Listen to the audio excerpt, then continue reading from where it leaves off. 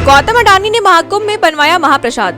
Adani group के chairman Gautam Adani और उनकी पत्नी प्रीति अडानी मंगलवार को प्रयागराज के महाकुंभ में पहुंचे। उन्होंने इस्कॉन के साथ मिलकर महाकुंभ में श्रद्धालुओं के लिए चल रही महाप्रसाद सेवा में भाग लिया और खुद महाप्रसाद तैयार किया। अडानी समूह और इस्कॉन द्वारा यह सेवा 13 जनवरी से 26 फरवरी तक चल रही है, जहाँ भक्तों को निःशुल्क भोजन परोसा जा रहा है। जज का बड़ा बयान। कोलकाता के आरजीकर रेप और मर्डर केस में दोषी संजय राय को 20 जनवरी 2025 को सियालदाह कोर्ट ने उम्र कैद सजा सुनाई। इस फैसले के बाद सवाल उठे हैं कि ऐसे जघन्य अपराध के लिए फांसी क्यों नहीं दी गई। मुख्यमंत्री ममता बनर्जी ने नाराजगी जताते हुए हाई कोर्ट में अपील की। कोर्ट के जज अनिबॉर्न दास ने पुलिस और अस्पताल प्रशासन की लापरवाही पर कड़ी फटकार लगाई। उन्होंने कहा कि हमें आंख के बदले आंख की पुरानी प्रवृत्ति से ऊपर उठना होगा और इस मामले में मौत की सजा रेयरेस्ट ऑफ रेयर श्रेणी में नहीं आती।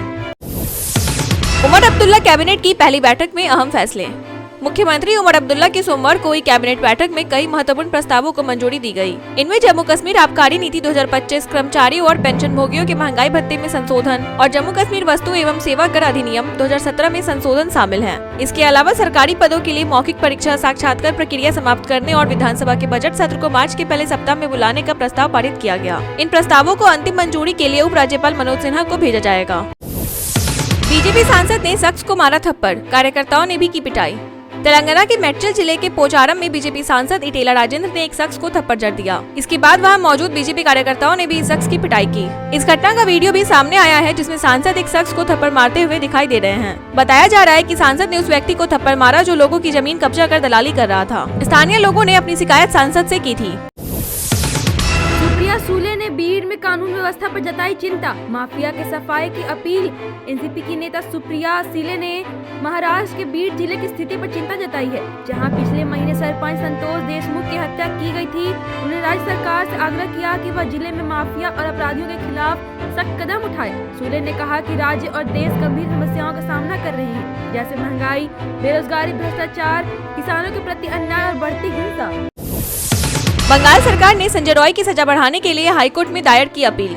कोलकाता के आरजीकर मेडिकल कॉलेज में ट्रेनी डॉक्टर के साथ हुए रेप और मर्डर मामले में सियालदह कोर्ट ने दोषी संजय रॉय को उम्र कैद की सजा सुनाई। इस फैसले से असंतुष्ट पश्चिम बंगाल सरकार ने इस सजा को चुनौती देने के लिए कोलकाता उच्च न्यायालय का दरवाजा खटखटाया है। मुख्यमंत्री ममता बनर्जी ने कहा कि यदि जांच कोलकाता पुलिस के पास रहती तो दोषी को मौत की सजा मिलती। उन्होंने इस मामले में सीबीआई जाँच पर भी सवाल उठाए और मृत्युदंड की मांग की।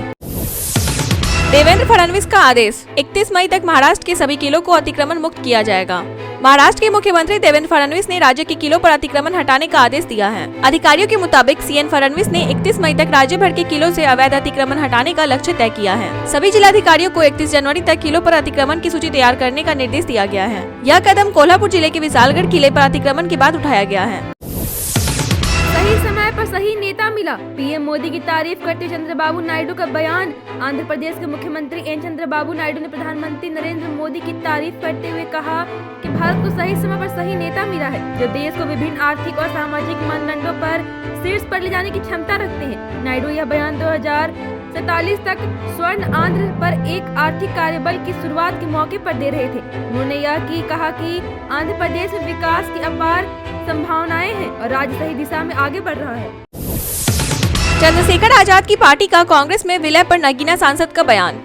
नगीना से लोकसभा सांसद चंद्रशेखर आजाद ने कांग्रेस के साथ अपनी पार्टी के विलय पर प्रतिक्रिया दी है। एक सवाल के जवाब में उन्होंने कहा कि आजाद समाज पार्टी एक वैचारिक आंदोलन है जो कांसीराम, बाबा साहब और ज्योतिबा फूले जैसे महापुरुषों के विचारों पर आधारित है। उन्होंने स्पष्ट किया कि किसी भी पार्टी के साथ विलय से उनका या किसी और का काम नहीं बनेगा। चंद्रशेखर ने कहा कि उनका उद्देश्य उन महापुरुषों के अधूरे काम को पूरा करना है और इस प्रक्रिया में उन्हें कोई गलत नहीं लग रहा है।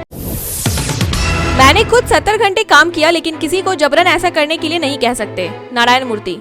इन्फोसिस के सह संस्थापक NRN नारायण मूर्ति ने कहा कि उन्होंने 40 साल तक हर सप्ताह 70 घंटे से अधिक काम किया, लेकिन उन्होंने किसी को यह करने के लिए जबरदस्ती नहीं कहा। मूर्ति ने युवाओं को सप्ताह में 70 घंटे काम करने की सलाह दी थी, लेकिन इस पर उनका मानना था कि यह व्यक्तिगत निर्णय है और हर किसी को इसे स्वयं समझना चाहिए। उन्होंने बताया था कि वह सुबह 6:30 बजे से रात 8:30 बजे तक ऑफिस में रहते थे और यह कार्य जीवन संतुलन पर बहस के बजाय स्वयं विचार करने की आवश्यकता है।